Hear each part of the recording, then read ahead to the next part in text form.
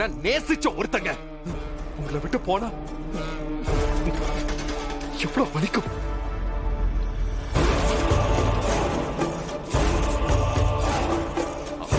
அந்த கோவத்துலதான் ஒரு சில தப்பு பண்ண. ஏன்னா என்னால என் கூட இருக்கிற யாரையும் நான் விட்டு கொடுக்க முடியாது.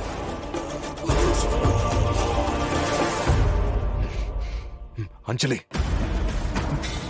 இவங்களெல்லாம் விடு. என் வெளியில இருந்து பாக்குறவங்க இவங்க இப்படித்தான் பேசுவாங்க.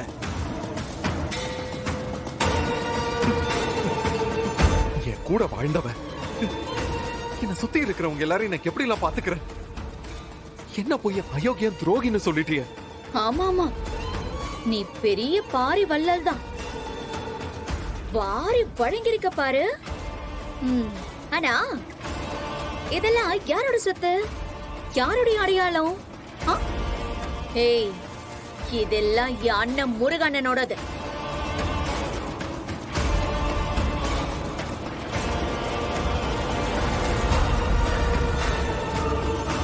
அது எல்லாத்தையும் நீ வச்சுக்கிட்ட எல்லாருக்கும் வாரி வழங்கிருக்க.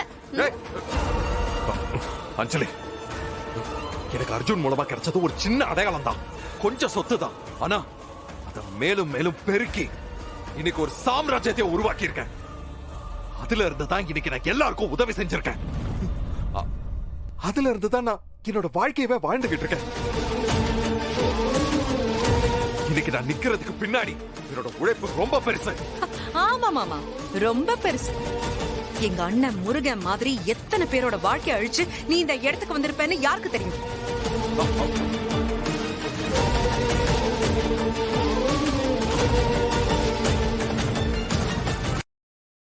கரெக்டா சொன்னக்கு. உன்னோட வளர்ச்சின்றது பல பேருடைய அழிவுல தான் உருவாயிருக்கு. ஐயோ அஞ்சலி, உனக்கு நான் எப்படி புரிய வைப்பேன்? நீங்க சொன்ன அத்தனை தப்பையும் நான் ஒத்துக்கிறேன். ஆனா ஆனா ஆனா ஆனா என்ன என்ன எல்லாத்துக்கும் உனக்கு பாவ மன்னிப்பு கொடுத்துட்டு உன்னை நான் என் புருஷனை ஏத்துக்கணுமா?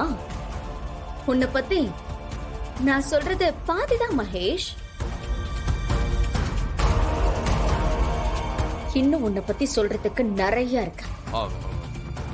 என்ன என்ன சொல்ல வேண்டியது இருக்கு?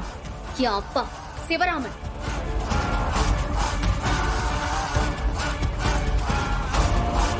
அன்னைக்கு என் அப்பா வீட்டுக்கு வந்தார்ல,